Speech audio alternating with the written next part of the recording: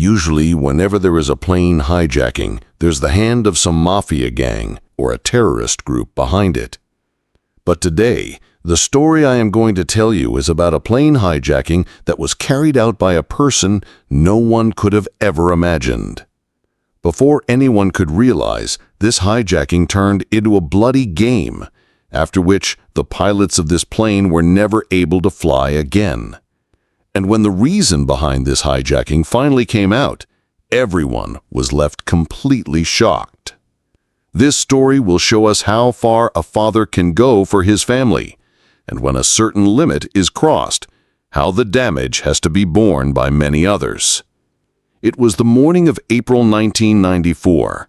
The sky was clear, and at Memphis International Airport, flights were taking off and landing as per their routine. That afternoon, around 3:30 p.m., a McDonnell Douglas cargo plane suddenly shot straight up at a 90-degree angle into the sky, and then, after making a 140-degree turn, began diving straight down. At this moment, the cargo plane was dropping at a speed of 850 kilometers per hour, about 528 miles per hour, which was way too high for a cargo aircraft. These planes were never designed to withstand such speeds. And then, the alarm signals began blaring inside the traffic control room. As the alarms went off, a voice suddenly came through the transmitter phone.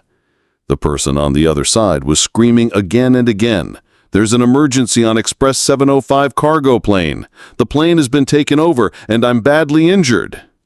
He kept shouting repeatedly that Memphis Airport's runway must be cleared for an emergency landing.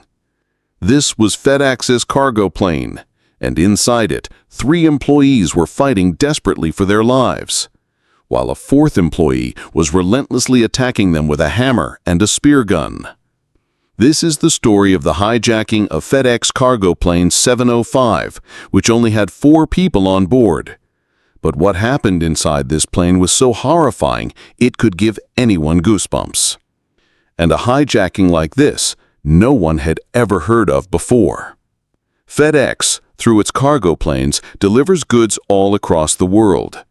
That's why usually these flights only had 2 pilots, a captain and a first officer. But in the 1990s, most cargo flights also had a 3rd crew member who worked as a flight engineer. On the day this cargo plane was to fly, the person assigned as the 3rd crew member, the flight engineer, was named Auburn Calloway. This FedEx plane was scheduled to fly from Memphis to San Jose. One day before the flight, Calloway's other crew member colleagues had already completed their daily flying limit. Because of that, he was required to fly with different crew members on this particular trip.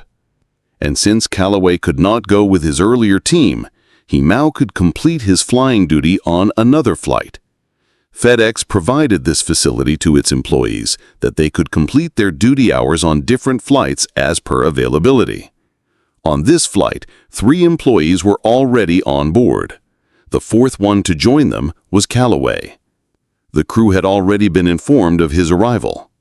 But none of them knew the horrifying plan that was running in Calloway's mind. April 7, 1994, morning.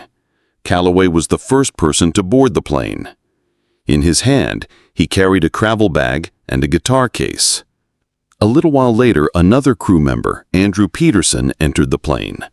Then the captain, David Sanders, and the first officer, James Tucker, also arrived and sat inside the cockpit. All of them shook hands with each other. At that moment, First Officer Tucker noticed something unusual. The cockpit voice recorder switch was turned off. He found this odd, but he turned the switch on, and then they all began preparing for the flight. They were going through the checklist, marking each item and checking every switch, but they made one mistake. They forgot to lock the cockpit door. Meanwhile, FedEx Express Flight 705 took off from Memphis International Airport at 3 p.m. After about 26 minutes, the plane was flying at 18,000 feet. At this time, Calloway opened his guitar case. From inside, he pulled out a loaded spear gun along with 2 hammers. The pilots in the cockpit had no idea what was going on behind them.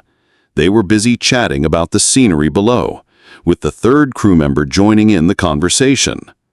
Silently, Calloway began creeping toward them. Just as Peterson was talking to the captain, suddenly a hammer struck him in the back of the head. Calloway hit him 3 to 4 times in a row. Hearing his screams, First Officer Tucker turned around, only to be struck on the temple with a hammer too. After injuring both of them, Calloway turned toward Captain Sanders and struck him 2 or 3 times as well. The attack left Peterson's temple artery ruptured, causing heavy bleeding. Tucker's skull fracture now left the entire right side of his body paralyzed, yet he was still flying the plane straight downward at a speed of 528 miles per hour. At such speed, the entire cockpit began shaking violently. The cargo plane was plummeting like a rocket. No cargo aircraft had ever flown at such a speed before. The elevator wings were trembling violently, looking as though they might break off any moment. If Tucker did not slow down now, the plane could literally tear apart mid-air. Meanwhile, Peterson and Sanders were still wrestling with Calloway, but couldn't overpower him. Calloway again struck Sanders on the head with a hammer, while Peterson kept bleeding heavily from his skull. At last, Tucker gradually slowed the plane, stabilizing it. Seizing the moment, Sanders picked up a hammer and struck Calloway on the head. While flying the plane, Tucker remained in constant contact with Memphis Airport. Over the radio, he kept screaming, "We're injured. Express 705 has been taken over. This is an emergency. Clear the runway immediately for landing." He also shouted, "We'll need an ambulance and police at the runway. Alert the airport authority now." Hearing this, the air traffic monitor realized that a major, serious crisis was unfolding. He immediately alerted the airport authority, and the emergency response team responsible for plane landings was also rushed into action. The news quickly spread at the airport that a crew member of FedEx Flight 705 was injured and that the plane wanted to land back at Memphis Airport. Meanwhile, Tucker was still maneuvering the plane to the right. Captain Sanders somehow managed to snatch the second hammer from Calloway's hand, and with all his strength, he struck his head once again. This time, Calloway finally collapsed to the floor. As soon as Calloway went down, Captain Sanders immediately told Tucker to switch the plane to autopilot mode and come to the back. Tucker did exactly that. But there was one problem. Instead of heading toward Memphis Airport, the plane was drifting in another direction. Even though the entire right side of his body was paralyzed, Tucker somehow managed to stumble toward the rear of the aircraft. What he saw there sent shivers down his spine. The rear of the plane was covered in blood. His 2 crewmates were completely drenched in it. On the floor, Calloway was also lying in a pool of blood, bleeding from his head. Now Captain Sanders moved back toward the cockpit so that he could steer the plane to Memphis Airport. On his way, he also collected all of Calloway's weapons. Once inside the cockpit, Sanders called the control room again, pleading for assistance and informing them that they were preparing for an emergency landing. In response, the control room monitor instructed that they could land on runway 9 and that police and ambulances were already waiting for them. But while it sounded simple in words, in reality it was anything but easy. At this moment, the cargo plane was still fully loaded with fuel. Because the aircraft had flown for less than an hour, it had not consumed much fuel, leaving it with a weight of nearly 16 tons, far above its recommended landing weight. In emergency landings, pilots usually dump excess fuel before attempting to land, but Sanders was so badly injured that he could not even reach the switches needed to dump the fuel. That meant he was forced to attempt a landing at overweight. The greatest risk was that the moment the tires hit the runway, they could explode under the extreme stress. Meanwhile, Calloway was still fighting continuously with Tucker and Peterson. Sanders gradually began lowering the plane, and soon they were at an altitude of just 7,000 feet. At this point, Sanders made a difficult decision.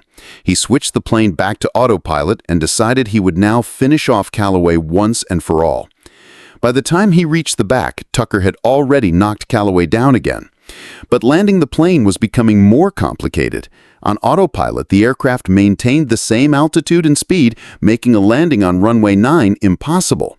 So Sanders decided to use runway 36 instead. It was longer, but lay in the exact opposite direction. To reach it, the plane would need to make a full 180-degree turn and also reduce speed before a safe landing could be attempted. At the same time, ambulances and police had to be present there too. It was an incredibly difficult situation for any pilot, let alone one who was severely injured, flying an overweight plane. Inside the cockpit, the speed warning alarms blared continuously, but Sanders ignored them. In the rear, Calloway was trying to reach a hammer lying on the floor. Peterson spotted this and quickly snatched the hammer. With all his remaining strength, he struck Calloway's head once more. Calloway slumped, weakened, though still breathing. Finally, despite his injuries and the enormous risks, Captain Sanders managed to land the aircraft safely on runway 36. The plane came to a halt just 200 meters before the end of the runway. As it stopped, emergency response teams and police rushed to the aircraft. The very first thing they did was take Calloway into custody, handcuffing him on the spot. The 3 crew members were gravely injured, but all were still alive.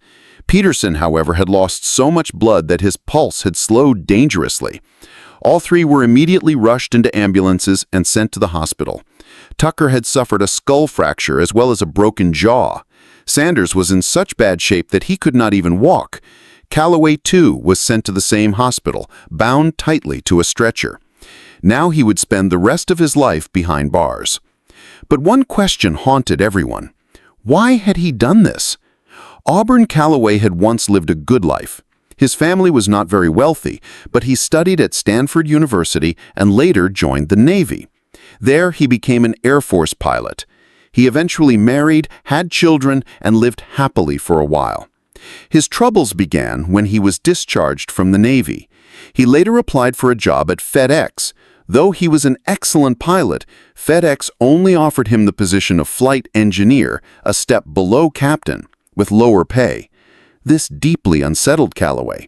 He felt that FedEx had discriminated against him because he was black. Still, he stayed quiet because he needed the job. Unhappy but resigned, he continued working at FedEx. Some years later, his marriage ended in divorce, a massive blow. The responsibility for financially supporting his family fell solely on him. By now, his children had grown up, but his earnings were not enough to send them to college. Then, in 1994, another shock came.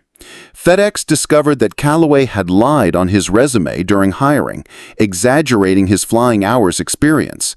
His actual hours were far fewer than he had claimed. Calloway realized then that FedEx could fire him at any moment. If that happened, he would no longer be able to support his children financially. This thought consumed him. Eventually, he came up with a chilling plan, one that passed through his own death. FedEx carried life insurance policies on all its employees. Calloway's policy was worth $5 million. If he were to die while on duty, the payout would go directly to his family. Calloway convinced himself that while alive he could not give his children a good life, but if he died, they could live comfortably on the insurance money. So he devised a plan to stage his death in a way that would look like a tragic accident.